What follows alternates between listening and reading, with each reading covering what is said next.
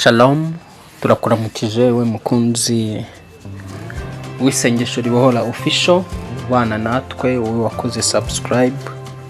Imana iguhe umugisha, Imana ikugirire neza. Nawe mushya wabuje hano kuri uyu muyoboro ari ubwa mbere w'isengesho ribohora official, nawe tuguhaye ikaze. Karibu. Gisabwa no gukora subscribe cyangwa se s'abone kugira ngo tujye tubana natwe muri uyu mwanya mwiza w'ijambo ry'Imana.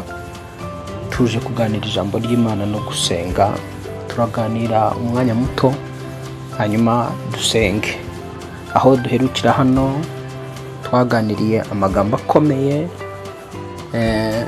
y'uburyo ikibazo gishobora guhinduka Ngoyi ariko cyacuzwe n'ikuzimu,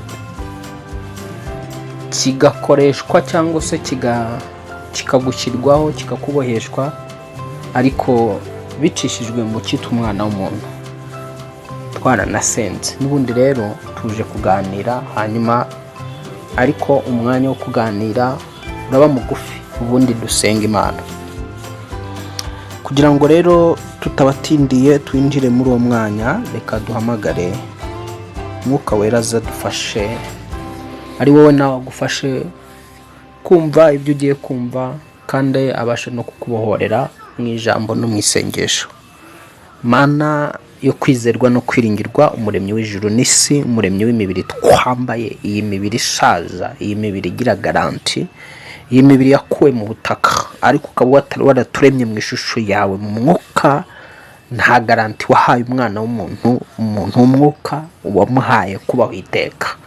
Tuje imbere y'amaso yawe Mana, nawe uhora witeka, twakomotse kuri wowe, turi abanyabyaha ntidukwiriye, ariko duhamagaye ya maraso Yesu Kristo kutweza no kutuboneza. Maraso Yesu Kristo yeza umutima wanjye, yeza akanwa kanjye, yeza imitekerereze n'imyumvire n'imikorere. Njyewe umwuka akanwa kanjye ndiyambura umwambaro wose w'ibizinga nagaragarwaho mu izina rya Yesu Kristo. Nambaye umwambaro wera ubonerwa muri Yesu Kristo, nsabye amaraso Yesu Kristo kunsukura no kunyeza no kuntunganyiriza, gucishwa mu ijambo ry'ubugingo, gucishwa mu ijambo rifite ubushobozi bukiza, ubushobozi bubohora abaryumva, ijambo rifite imbaraga zibasha gusenya ibihome n'imikorere yose ya Satani, abantu bakabohoka. Uwiteka wohereza ijambo ryawe, wohereza ijambo rigakiza abo mu isi indwara zabo ndetse rikabuza abantu kwinjira mu mva zabo. Ohereza ijambo Mwami, ohereza ijambo kano kanya, izina rya Yesu Kristo risumba amazina yose, rikiza utwumva wese uje kwisengesho ribohora kandi rikora umurimo buri wese uje kwisengesho ribohora. Nanjye ubwanjye ntirinsige ko rimanutse. Reka ijambo ryawe Mwami rize rikora ibikomeye mu buzima bwacu. Urakoze Mwami ku ijambo rye dushobora kugenda gutya gusa. Hari uwo rigendereye rigomba gucira Ngoyi, hari uwo rigendereye rigomba kubohora, hari uwo rigendereye rigomba gukora ibitangaza kuri we. Ngaho ohereza ijambo ritugenderere, kuko wohereje ijambo ryambara amaguru rikambara ibikorwa rigahinduka umubiri. Urakoze ko ijambo ryawe rigiye guhinduka umubiri, ni mu izina rya Yesu Kristo usumba amazina yose, amen, amen. Ijambo ry'Imana rijya ryambara umubiri, rijya ryambara igikorwa, rijya ryambara igitangaza. Iyo Uwiteka yaryohereje ntabwo risubirayo uko ijambo ryaje. Ijambo ubwaryo iyo riguye mu mutima w'umuntu runaka, Yesu yagaragaje ko uwumva ijambo akarikomeza ameze nk'umurima mwiza wabibwemwo imbuto imwe, yambuta ikera 50. Nuvuga ngo ijambo ry'Imana iyo riguye mu mutima wizeye, rikagwa mu mutima, rikakirwa n'umutima ukiranuka, rikakirwa n'umutima ukunda Imana, rikakirwa n'umutima ushaka Imana, iryo jambo risiga rikoze igitangaza, iryo jambo risiga rikoze ibikorwa. Kuko Bibiliya iravuga muri Yohana igice cya 1 ngo mbere na mbere hariho jambo, jambo yabaye Imana. Reka dusoma ko kajambo ubundi tugaruke tuvuge icyo tuje kuvugaho. Ni Bibiliya ibivuga, Yohana igice cya 1. Yohana, ubutumwa bwiza bwanditswe na Yohana, ubutumwa bwiza bwanditswe na Yohana igice cya 1. Hatangira avuga ngo mbere na mbere hariho jambo, jambo yahoranye n'Imana kandi jambo yari Imana. Uwo yahoranye n'Imana mbere na mbere, ibintu byose niwe wabiremye. Ibintu byose niwe, ndetse n'ibyaremwe byose nta na kimwe kitaremwe nawe. Muri we harimo ubugingo, kandi ubwo bugingo bwari umucyo w'abantu. Urumva ijambo rivuga ngo mbere na mbere hariho jambo. Jambo uwo yahoranye n'Imana, kandi ijambo yari Imana. Uwo yahoranye n'Imana mbere na mbere. Uyu uvugwa ni Yesu wari ijambo. Ariko tubona ijambo rifata umubiri rikaza mu isi, akambara umubiri. Yari ijambo mu ijuru, mu isi araza yambara umubiri. Ni ukuvuga ngo ijambo riyambara umubiri kugira ngo rikore akazi hano mu isi.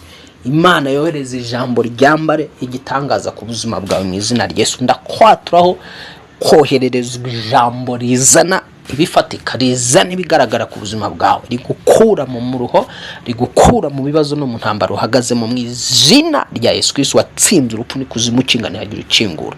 Aho duherukira ahangaha rero twabonye ukuntu ingoyi z'ikuzimu n'iz'urupfu bishobora kugota umwana w'umuntu bikamuta hagati. Icyitwa ingoyi twaje kubona ko ari ikibazo gikomeye, gishobora kuba ibibazo bikomeye, kuko Dawidi avuga ibyo ngibyo, avuga ko ingoyi zamushyize hagati, iz'urupfu n'iz'ikuzimu. Nta kindi mu buryo bw'umubiri, mu buryo bw'umubiri ntiyigeze ajya ikuzimu. Mu buryo bw'umubiri icyo gihe yabivugaga cyambaye umubiri atarapfa, ariko mu buryo bwo yabonagamo ibintu mu mwuka, akabona hari ingoyi zimusatiriye zimugose. Noneho akagaragaza ko zamuteze, zamushyize imbere n'inyuma, zimushyiramo hagati, ingoyi z'urupfu n'iz'ikuzimu. Twaje gusoma mu ijambo ry'Imana rero tubona mu Byahishuwe igice cya 18 tubona Yesu Kristo avuga ngo niwe ufite imfunguzo z'urupfu n'ikuzimu. Tubona rero yuko ku cyitwa urupfu rutagira ububasha ku buzima bwawe. Twabonye ko urupfu n'ikuzimu ubwabyo ni intwaro Satani akoresha mu isi. Kuzimu n'urupfu Satani arabikoresha cyane, akabikoresha mu gushaka kwigarurira isi cyangwa se mu kubabaza abo mu isi, kuko azi yuko kuzimu ifite imbaraga, urupfu rufite imbaraga. Ibyo ni ibihangange bibiri bikomeye umwana w'umuntu atapfa guhangana nabyo ngo abitsinde. Uwambaye inyama n'umubiri n'amaraso wese ntashobora kunesha ikuzimu igihe adafite Yesu Kristo. Uwambaye inyama n'umubiri n'amaraso wese ntashobora gutsinda urupfu igihe adafite Yesu Kristo. Twabonye rero uyu Yesu Kristo amaze kubona ko umwana w'umuntu adashobora kunesha ibyaturuka ikuzimu, adashobora kunesha ibyaturuka hehe, byaterwa n'urupfu. Urupfu ni umwuka ugenda, ni umwuka ufite amaguru, ni umwuka wicara, ni umwuka ubasha gukora imirimo nyine, kandi uwo murimo wa rupfu nyine ni ukwica. Rupfu akazi ke ni ukuza akica. Kwica ni iki? Ni ugufata ikintu akagitandukanya n'ikindi.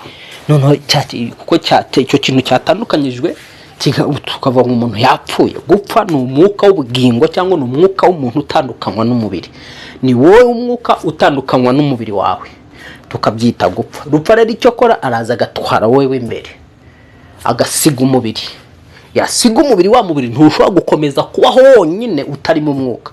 Byanga bikunda wa mubiri uhita upfa, ukabora, ukagenda ushonga, igihe kikagira ugahinduka igitaka. Ariko ni rupfu wakoze ako kazi. Rero rupfu kugira ngo akore uwo murimo we, hari inzira acamo. Urupfu kugira ngo rukore bisaba, rushobora gukoresha umuntu akica undi muntu, rukoresha indwara, rukoresha abadayimoni, rukoresha icyo rwifuza cyose, kugira ngo biterwa n'umuntu mu isi y'umwuka yasabwe. Muri uko gusabwa kwe hahita hapangwa inzira urupfu ruzacamo rumwica. Hari abicwa n'indwara, hari abicwa n'abandi bantu bakabatera ibyuma bakabaniga, hari abicwa n'amasasu, hari abicwa biterwa n'urwo wandikiwe. Ariko iyo rupfu iyo ruje nyine rwica umubiri, rugasiga umubiri, rugatwara wa muntu imbere. So rero Yesu twabonye ko yarwambaye imfunguzo. Kera urupfu iyo rwatwaraga umuntu, kugaruka byari kuba bitakunda. Ariko ku bwa Yesu Kristo urupfu azarutegeka rurekura abo rwamize bose, kuko kano kanya Yesu ni ufite imfunguzo zarwo. Kabiri, bishatse no kuvuga ko niba Yesu afite urufunguzo z'urupfu, nta nubwo rwagutwara atabishatse. Arabishaka rukagutwara, kuko abazi ngo igihe runaka azakugarura agusubiza ubuzima. Ikuzimu umwami waho witwa Satani yari afite imfunguzo zaho. kuhajya kugira ngo uveyo ntibyashobokaga, ariko kuko Yesu ari ufite imfunguzo z'ikuzimu, witinya ntawakubohera ikuzimu ngo uhereyo. Ikuzimu bapanga ibyabo bagakora ibyabo, ariko Yesu yaza akabihindura ivu, akabihindura ubusa n'umuyonga, umwana w'Imana akabohoka. So rero tugiye gukomeza mu ijambo rero rijyanye n'ingoyi. Nono ni ijambo tugiye gusenga, turaryumva umwanya muto dusenge. Yesaya 52:2 handitse ngo ihungura umukungugu uhaguruke wicare Yerusalemu, wibohora ingoyi mu ijosi yewe mukobwa w'i Siyoni, wajyanywe uri imbohe. Kuko Uwiteka avuze ngo mwaguzwe ubusa nanone muzacunguzwa ari nta feza mutanze. Umwami Imana ivuze iti ubwa mbere abantu banjye bamanutse bajya muri Egiputa basuhukirayo, Abashuri barabarenganya babahora ubusa. None ndagira nte ni ko Uwiteka abaza, ko abantu banjye banyazwe ari nta mpamvu, ababategeka barasakuza kandi biriza umunsi batuka izina ryanjye, ni ko Uwiteka avuga. Noneho abantu banjye bazamenya izina ryanjye, kuri wa munsi bazamenya ko ari jye uvuga, dore ni jye. Erega ibirenge byuzanye inkuru nziza n'ibyiza ku musozi, akamamaza iby'amahoro, akazana inkuru z'ibyiza, akamamaza iby'agakiza, akabwira Siyoni ati Imana yawe iri ku ngoma. Ijwi ry'abarinzi bararanguruye baririmba hamwe, kuko ubwo Uwiteka azagaruka i Siyoni bazamwirebera ubwabo. Murongo wa 9 akavuga ngo nimuturagare muririmbe hamwe, munezerwe mwa myanya y'i Yerusalemu mwe yabaye imyirare, kuko Uwiteka ahumuriza abantu be abacunguye. Acunguye wowe cyangwa acunguye ngewe, acunguye Yerusalemu. Amen, amen. Urumva iri jambo ry'Imana. Ariko ku murongo uyu nguyu duhagurukiyemo dusoma, utangiye uvuga ngo ihungura umukungugu wawe uhaguruke wicare Yerusalemu, wibohora ingoyi mu ijosi yewe mukobwa w'i Siyoni. Urumva ko mu mwuka Imana irashaka ko wikuraho umukungugu w'abantu. Imana irashaka ko wibohora kuri iyo ngoyi yagushyizweho. None ikavuga ngo wajyanywe uri imbohe. Mu mwuka Satani ajya abikora, abarozi bajya babikora, bagafata abantu bakabashyira mu nzu y'imbohe. Murozi agafata imihango n'imigenzo y'akagira ibyo akora, akumva yuko akubitsa ahantu runaka, akaba yakubika mu icupa, akaba yakubika yakujugunya mu mugezi utemba, ariko ntafata umubiri wawe, ntafata iki, ni ugufata nk'umwenda ukuvuyeho, ni ugufata nk'ifoto, ni ugufata nk'amafaranga, ni ugufata ibintu runaka, ni ugufata nk'izina ryawe akaryandika ahantu ku gapapuro, agagenda agapfunyika ahantu, akagenda atongera akajugunya ahantu runaka, akumva yuko akuboshye mu kwemera kwiwe. Ariko Imana iravuga ngo ihungure umukungugu wawe, wicare wibohora ingoyi iri mu ijosi ryawe, wajyanywe uri imbohe. Kavuga ngo dore mwajyanywe muri imbohe, kuko Uwiteka avuze ngo mwaguzwe ubusa nanone muzacunguzwa ari nta feza mwatanze. Twaguzwe ubusa, Yesu yaranguze nawe arakugura, akugurira Imana Data twese amennye amaraso ye. Akugurira Imana Data twese atanze ikiguzi cy'umubiri we n'ubugingo bwe, kugira ngo nge nawe tubashe gucika ku ngoyi za Satani. Ijambo riravuga ngo muzacungurwa ari nta feza mwatanze. Ndatura kugira ngo ahantu hose waruboheye waruzirikiye, ingoyi yose yari kuriho uko yari imeze kose n'imbaraga yari ifite, umuriro w'Imana n'amaraso ya Yesu bikongore mu izina rya Yesu Kristo. Ndatura ngo buri ngoyi yose tugiye gutangira dusenga, nge nawe dusengane. Twabonye uko ingoyi ari ikibazo gicurirwa ikuzimu, kigakomezwa n'ikuzimu, kigatizwa imirindi, kigatizwa imbaraga, kikaza kikagushyirwaho. Ni cya kibazo utekereza ku manywa na nijoro, ukibaza ati nzagicikaho gute, nzakirikoka gute, ukabona wapi. Yani kikakubabaza, kikagutera umubabaro, uraryama ukagitekereza, wabyuka ugasanga kikuri imbere, uko bukeye uko bwije ugasanga kikuri imbere. Kandi icyo kibazo nubwo bimeze gutyo, ukeneye ko kivaho, ukeneye ko kirangira, ugatangira iyindi page y'ubundi buzima. Ariko ukazajya usanga wapi nta mbaraga zihari zo kugukura muri icyo kibazo, ugakoresha tekinike zose n'ubwenge bwose ufite, ukabona ntibikunda. Icyo kibazo nicyo tuvuga ngo kiba cyarahindutse Ngoyi. Turahamagara amaraso Yesu Kristo ku buzima bwawe n'ubwanjye.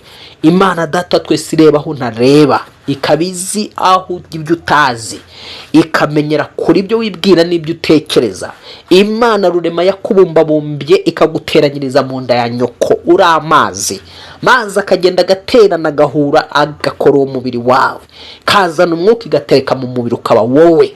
Igihe kikagera ukakura, ukaba uri umuntu mukuru, uranyumva uri umuntu mukuru. Iyo Mana yaguteranyirije mu nda ya nyoko uri amazi buzi, uri umubiri wawe utagaragara, ariko kubw'ijambo ryayo irema umuntu yavuze ngo byara wororoke. Rya jambo n'aka kanya rigakora akazi mu nda ya mama wawe igihe so yateraga mama wawe inda. Iryo jambo rikaguteranya, inyama z'umubiri wawe zikagaragara. Igihe kikagera nawe ukavuka, wa mubiri wawe ukagenda ukura mpaka amagingo yawe uranyumva uri umugore nawe wabyaye wavutsemo iyindi mibiri, uri warororotse uvukamo indi mibiri. Cyangwa se uri umukobwa urimo urashaka kugira ngo wororoke, urasaba Imana umugabo, urasaba Imana icy'urubyaro n'ikibintu nk'ibyo. Iyo Mana yakuremye muri icyo gihe ikakuzana ku isi, ifite ububasha bwo gucagagura buri ngoyi yose iri ku buzima bwawe. Ifite imbaraga zo guca ingoyi zose wibonaho, kabone naho zaba ari ingoyi zakomerejwe mu butayu, munsi y'urutare, mu ahantu runaka. Kabone niba waba warakoreho imigenzi ikomeye yagutanze kuzimu, imbaraga z'Imana zimanuke zisenye mihango wakorewe mu izina rya Yesu Kristo, yatumye umurikirwa Satani n'ingabo ze. Satani n'ingabo ze bakaba bagutoteza kano kanya. Ijambo ryavuze ngo aba ni abantu barenga. Umva ukuntu ijambo ryavuze ngo Mwami Imana iravuze iti ubwa mbere abantu banjye baramanutse bajya muri Egiputa basuhukirayo, abashuri barabarenganya babahora ubusa. Ushobora kuboneza amatwi uri uranyumva, uri umuntu wisanze mu maboko y'abantu bakurenganya, wisanze mu maboko y'abantu bagutoteza, barakuziza ubusa, barakuziza inyenyeri yawe, barakuziza amashuri wize bo batarize, barakuziza akazi ufite bo ntako bafite, barakuziza barakuziza ko ubaha Imana, usenga Imana. Icyo ni cyo uzira. Urazira inyenyeri yawe, urazira isura yawe, urazira igihagararo cyawe, urazira inyenyeri yawe, urazira ubucuruzi bwawe, urazira ubwenge ufite. Icyo ni cyo uzira, gusa barakurenganya. Ijambo riravuze ngo ubwa mbere abantu banje baramanutse babajyana muri Egiputa. Muri Egiputa ariho wibona warasukiye muri Egiputa. Ndagusengera ngo Imana Data wa twese gukure muri Egiputa. Ngo ubwa mbere abantu banje barabamanuye, baramanutse bajya muri Egiputa basukirayo, abashuri barabarenganya babahora ubusa. Imana ikavuga ngo ndagirane. Imana irimo irareba akarengane kakuriho, akarengane kakuriho, iramira kitegereza kurenganywa n'abazimu. Uraryama ibintu bikakuniga, wabyuka nuko nguko, wakora ibintu ntibigende, icyo ugerageje gukora cyose nticyemere, urarengana. Hari imbaraga zikurenganya, hari umwuka urimo urakurenganya, hari imbaraga y'umurozi kugendaho ikurenganya. Ariko Imana ivuganye nawe ngo haguruka wihungure umukungugu wawe kandi wibohora ingoyi iri ku ijosi ryawe, wa mukobwa we w'i Yerusalemu we, wa mukobwa. Imana ivuga ngo wa mukobwa w'i Yerusalemu, ibuka yuko mu mwuka twese Imana itubona nk'abakobwa, Yesu Kristo akaba umukwe. Yesu ni umukwe, abandi bose tukitwa umugeni. Imana ibivugana n'umuntu wavutse ubwa kabiri mu mwuka utegereje Kristo, imubona nk'umugeni, imubona nk'umukobwa.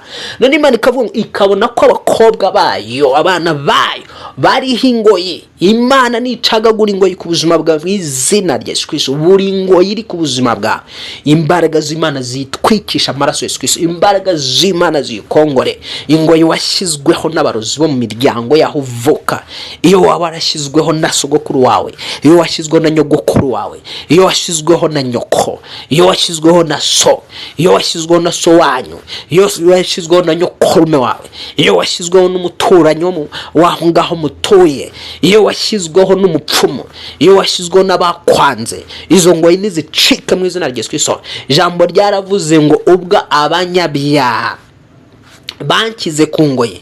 Reka umva iby'iryo jambo hanyuma twinjire mu mavuta meza yo gusenga. Reka dusome iryo jambo ngo dusome iryo jambo. Ni ijambo tubona muri Zaburi 116. Zaburi 116 umurongo wa 16 turavuga ngo Uwiteka nukuri, ndi umugaragu wawe, ndi umugaragu wawe, umwana w'umuja wawe, wambohoye ingoyi. Zaburi 129 umurongo wa 4 hakavuga ngo Uwiteka n'umukiranutsi, yaciye ingoyi abanyabyaha bankizeho.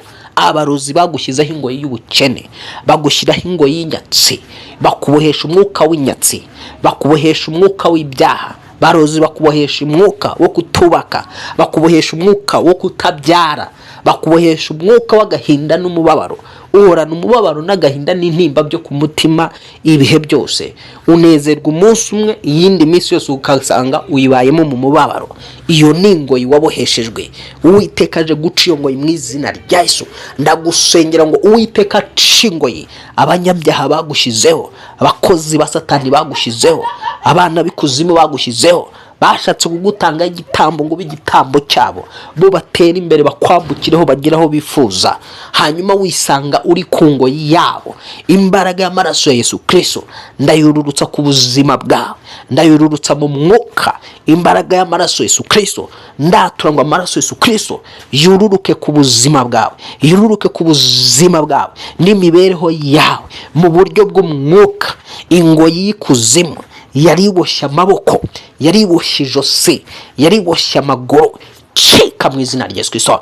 Katika kwa jina la Yesu ninaagiza moto wa Bwana, ninaagiza moto wa Bwana uteketeze kila chochote, kila kifungo chochote ambacho kimekufunga kwa damu ya Yesu Kristo, kwa damu ya Yesu Kristo. Damu ya Yesu ivunje nia yoyote iliyowekwa shingoni mwako kwa damu ya Yesu Kristo, kwa damu ya Yesu Kristo. Vuga uti mu izina rya Yesu Kristo, ingoyi yose iri ku ijosi ryanjye, amaraso ya Yesu Kristo yice, amaraso ya Yesu Kristo yikongore mu izina rya Yesu Kristo. Ingoyi y'inyatsi, ingoyi y'indwara zidakira, iyi ndwara idakira yahindutse ingoyi mu mwuka ku buzima bwawe, ndatura ngo amaraso ya Yesu Kristo yice, amaraso ya Yesu Kristo yikongore. Yakomejwe n'ikuzimu, ndatura mu izina rya Yesu Kristo ufite imfunguzo z'urupfu n'ikuzimu, Yesu agucingurira urushoke ikuzimu, acingurira ibirenge byawe bive ikuzimu, amaboko yawe ave ikuzimu mu izina rya Yesu Kristo. Ingoyi y'igishomeri icike mu izina rya Yesu. Ndatura ngo ubushomeri bw'igihe kirekire bukunambyeho kandi bagutinzeho, imbaraga y'amaraso ya Yesu Kristo yangize buno bushomeri katika jina la Yesu. Turangiza ubushomeri mu izina rya Yesu Kristo, turangiza ibishomeri n'imizi yabwo n'umwuka wose ubuguteza nupfe ku buzima bwawe mu izina rya Yesu Kristo. Ye wa mwuka we wahejeje umuntu ku ngoyi y'uburwayi bw'umutwe udakira, rekura uyu mutwe udakira, rekura uno mutwe ucire, rekura uno mutwe ucire, tikura umuzimu, va kuri uyu muntu, umutwe w'ucire mu izina rya Yesu Kristo. Uri shitani ryaje rikizingazingira muri iyi nda, ugahinduka inzoka, ugahinduka diabete, ugahinduka kanseri, ugahinduka hypertension muri uyu mubiri w'umuntu.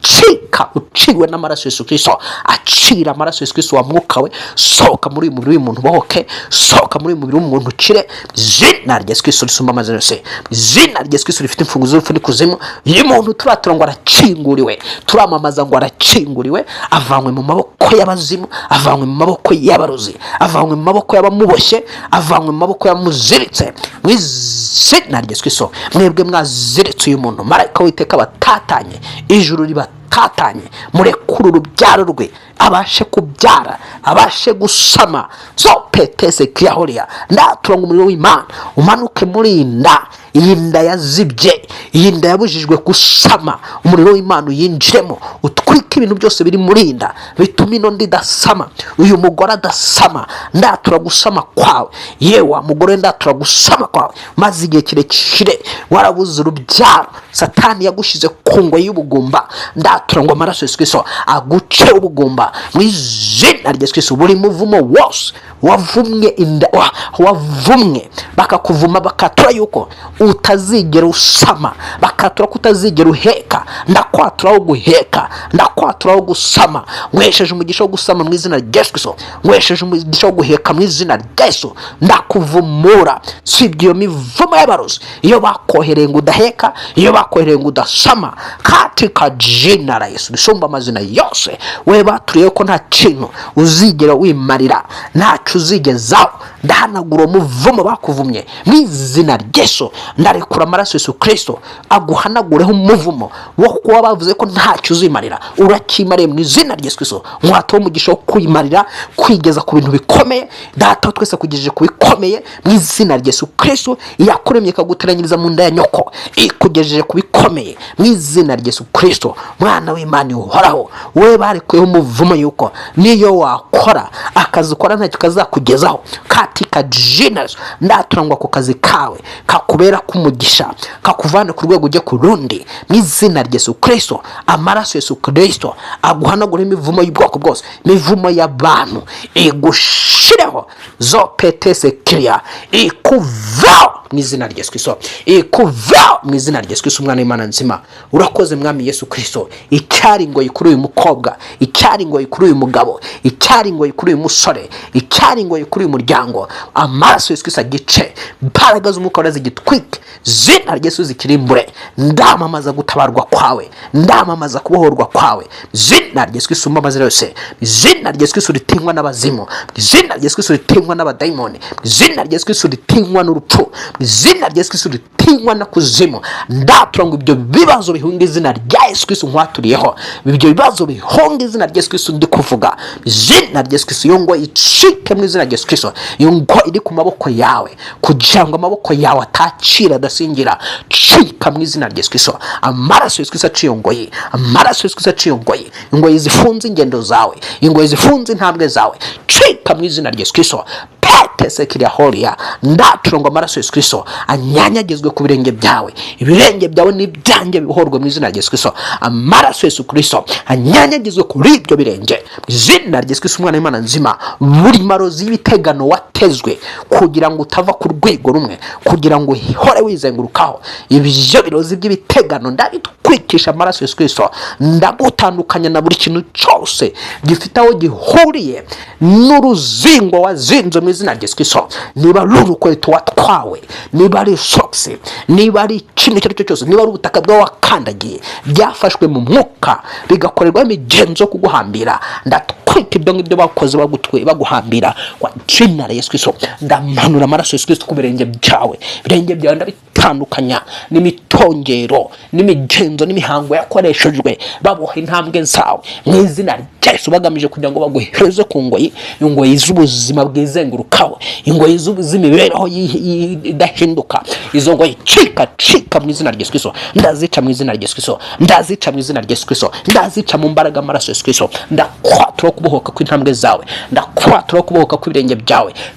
fete sekiria holia akira kubohoka bohoka mu izina rya Yesu Kristo bohoka mu izina rya Yesu Kristo bohoka mu izina rya Yesu Kristo ndatura kugira ngo ibintu biri mu nda yawe besakuze bivemo kwa Jesus mu mbaraga z'umwuka wera mu mbaraga data twese wo mu ijuru yamaye muri Kristo Yesu ndategeka ibikuri mu nda bigusokemo kwa Jesus ibiri mu nda yawe nibisoke ndavumiza imbaraga ndatwika iyo myuka ikuri mu nda nigusokemo ibyo bikugendagenda mu bitogo ibyo bikugendagenda mu mbavu ndabitwikisha amaraso Yesu Kristo ndabitegeka gusohoka no gusakuza kwa jina la Yesu akira kubohoka zopete sekiria holia nkure ko ijambo rikubohora nkure ko ijambo rikubohora iminyururu ari kuriho zina rya Yesu Kristo imigozi waruheshejwe igihe kirekire zina rya Yesu Kristo mu mbaraga z'umwuka wera wakurikiranaga isengesho ribohora ndamwatura kubohoka mu izina rya Yesu Kristo akira kubohoka kwawe bohorwa amaguru yawe mwuka wera bohoye amaguru yawe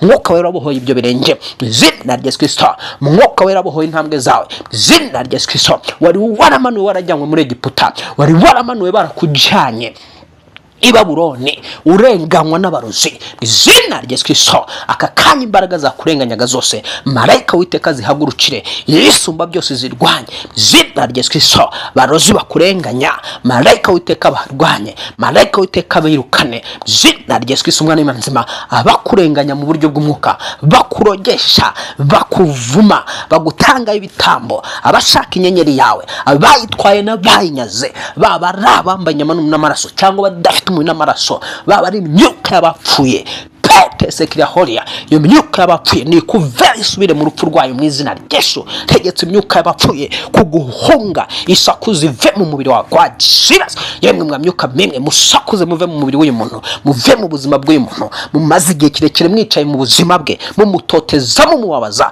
fire kwa jina la Yesu Yesu Kristo aravuze ngo mumurekure mu izina rya Yesu Kristo Yesu wamupfiriye aravuze ngo mumurekure mu izina rya Yesu Kristo Yesu wamucunguye aravuze ngo mumurekure mu izina rya Yesu habwe ubuzima izina rya Yesu Kristo urarekuwe mu izina rya Yesu urarekuwe mu izina rya Yesu birakurekuye hari bikurekuye mu izina rya Yesu nkubise bifasha inda yawe ngutabyara bishe bikongoke mu izina rya Yesu Kristo nkubise bifasha amaboko yawe ngo udakora muri Imana bitwike mu izina rya Yesu Kristo ibifasha igitsina cyawe muriro Imana bitwike ibifasha isura yawe muriro Imana bitwike bisoke muri iyo sura izina rya Yesu Kristo imbaraga zambaye isura yawe zire kuri isura yawe mu izina rya Yesu Kristo imbaraga zambaye ibirenge byawe zibire kure mu izina rya Yesu Kristo imbaraga zambaye imikorere yawe izafashe business yawe izafashe ubuzima bwawe fire kwa jina la Yesu Kristo muriro w'Imana uzitwike muriro w'Imana uzikongore izikugenzura aho ujya hose izigukurikirana amanywa na nijoro izigucunga usinziriye zikakwinjiramo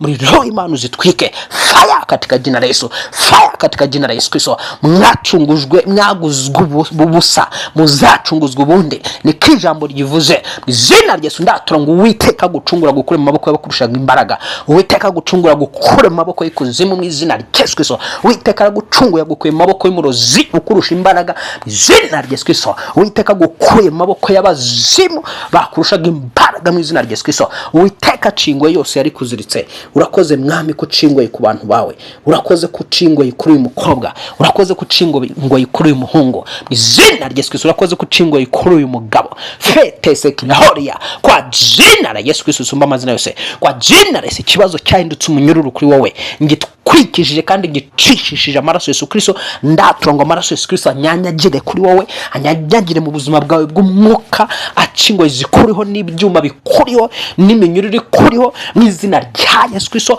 amaraso Yesu Kristo afite ubushobozi bwo kubohora abantu no gukiza abantu ndakwatura ngo akumanukeho mu izina rya Yesu Kristo ahinduke iriba wibiramo ahinduke ikidendezi wibiramo wakire gukizwa n'aya maraso mu izina rya Yesu Kristo ndakwatura amaraso Yesu Kristo kugira ngo agutandukanye n'ibibazo byo mu maraso yo kwaso ibibazo byo mu maraso yo kwanyoko ibibazo biburuherekane mu muryango w'iwanyu ndabicisha amaraso Yesu Kristo ndabikataguza amaraso Yesu Kristo ayo twavukiye mu bwa kabiri ayatweza ibyaha n'ibicumuro adukuraho imivumo fire ndatura ngo aya maraso aratubohoye aya maraso aragukijije aya maraso arakubatuye mu izina rya Yesu Kristo fire mu izina rya Yesu Kristo aya maraso arakubatuye aya maraso aragukijije fire katika jina la Yesu fire katika jina la Yesu. Fire mu izina rya Yesu Kristo. Muriro mwuka wera mu izina rya Yesu. Muriro mwuka wera numanuke mu cyumba cyawe, numanuke mu nzu yawe, numanuke mu modoka wicayemo. Izina rya Yesu Kristo. Muriro mwuka wera numanuke mu nzu urimo uragenda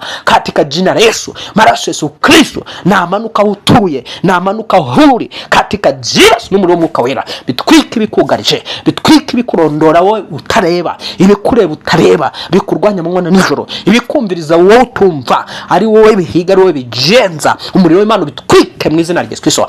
Maraso Yesu Kristo byanjize, marayika w'Iteka birwanye katika jina. Uwagupatanye agahabwa misiyo yo kukubabaza, yo kugutoteza. Fire umuriro w'Imana umutwikane n'imigambi ye, wacire kubohoka. Ingoyi cike wajira ndatura ngo ingoyi gucitseho. Ingoyi iracitse, ingoyi iracitse. Yesu Kristo arakubohoye, mwami Yesu arakubohoye, maraso Yesu Kristo arakubohoye, izina rya Yesu rirakubohoye, ijambo rye rirakubohoye. Fa katika jina la Yesu.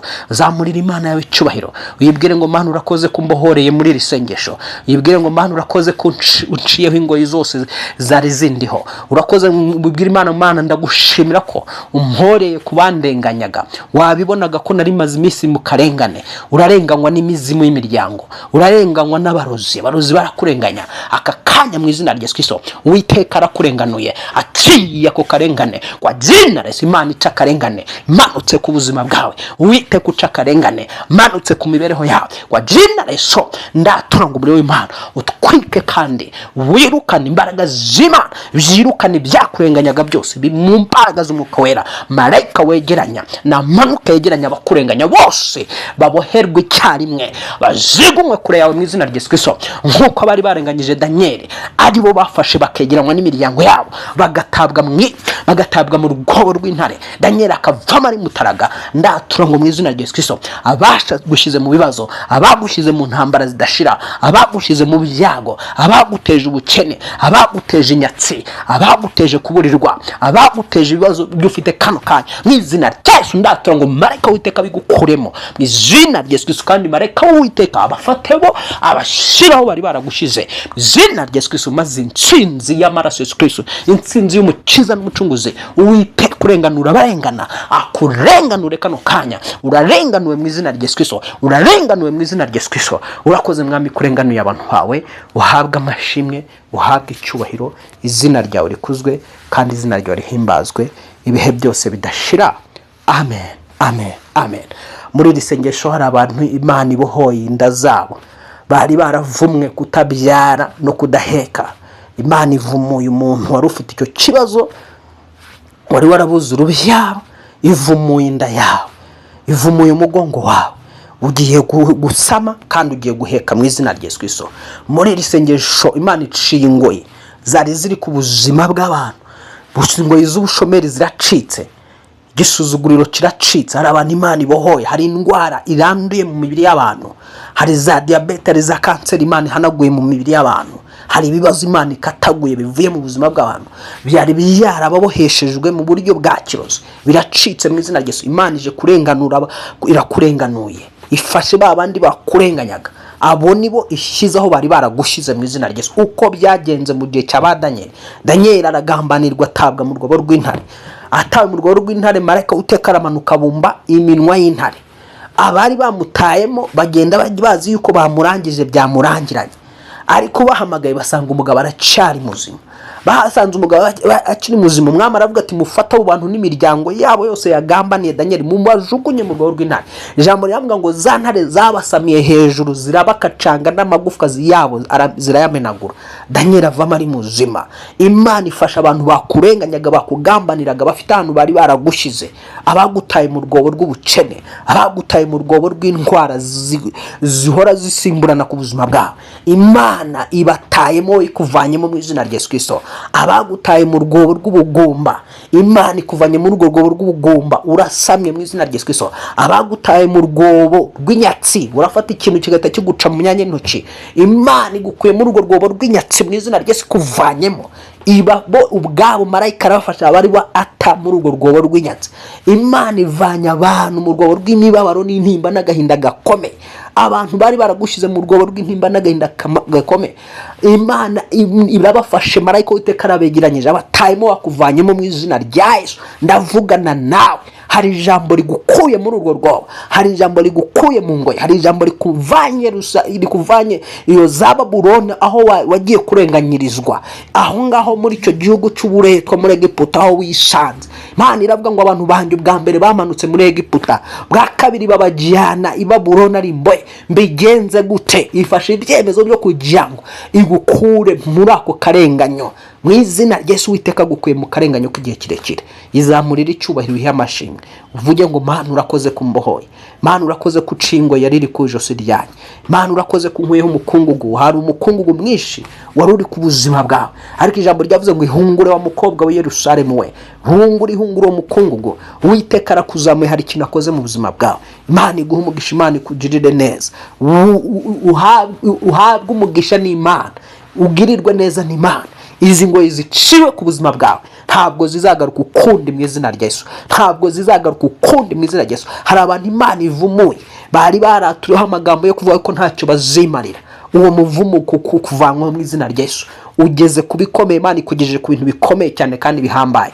Abari biteze yuko koko icyo bavuze kibaye ku buzima bwawe uzapfa ntacyo imari, Imana irabahinyuje. Wararenganye bakuvuma nta mpamvu. Imana yabonye yuko bakuvumye ntacyo wabatwaye. Iyo mivumo irahanaguritse. Maraso Yesu Kristo ahanaguye imivumo ku bakobwa no ku bahungu. Maraso Yesu Kristo ahanaguye imivumo ku bagabo no ku bagore bari kuri iki gicaniro mwakurikiranaga isengesho. Amaraso Yesu Kristo guhanaguye iyo mivumo y'abantu. Ugiye kumererwa neza nawe, ugiye gushima Imana, amamaza inkuru y'agakiza. Ugiye kwamamaza inkuru y'agakiza kaje ku buzima bwawe. Agakiza kaje ku buzima bwawe akambere kaje arakagukiza ibyaha, kaje arakakuvana mu byaha. Agakiza kakujeho sasa nakagukura mu bibazo, nakagukuye mu bukene, nakagukuye mu ntambara uruhagazemo warwanaga zari zigusatiriye kandi ubona ugiye kuzitsindirwamo.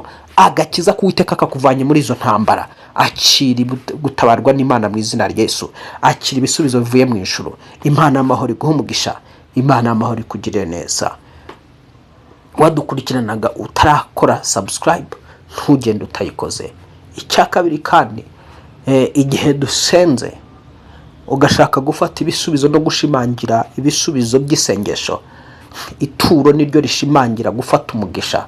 Ituro rifata umugisha rigahinyuza rigasiba umuvumo. Ni ituro ribamwe amabanga menshi cyane. Ituro rishobora kugukuriraho umuvumo w'igihe kirekire wari waravumwe, kandi ituro rishobora kuguhesha umugisha biba byatuwe nibiba bivuzwe bikagusohoraho. Imana ikugirire neza rero, Imana iguhe ibyo umutima wawe wifuza.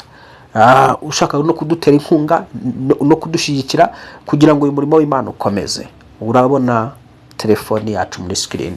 Uhabwe umugisha n'Imana. Shalom shalom.